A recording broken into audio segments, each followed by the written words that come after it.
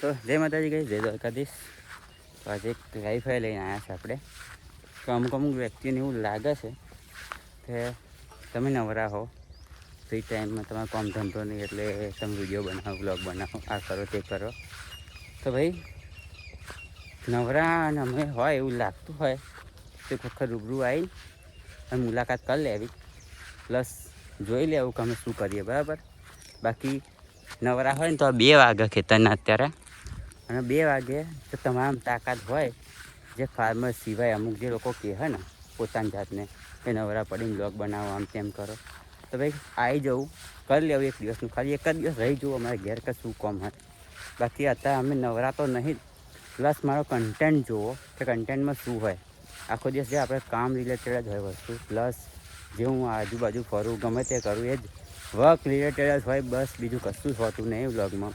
અને તોય બધાને કંઈક નવરા લાગતા હોય તો એમના માટે કંઈ કીધા જેવું લાગતું નહીં. હવે ભાઈ તમને જે લાગે બરાબર, અને ટાઈમ પાસ કરતા હોય કે જે કરીએ હવે તમને જે લાગે ઠીક. પ્લસ અમે શું કરીએ તો જોઈ લો. હવે જે હમણાં જોતા હશે રોજ અમારું વસ્તુ એ તો એમને તો ખબર જ છે કે શું કરીએ, પણ અમુકની પબ્લિકને સમજાવે ને બહુ મુશ્કેલ હોય. મુશ્કેલ એટલે એવું ભેંસ આગળ ભાગવા જેવી વસ્તુ હોય.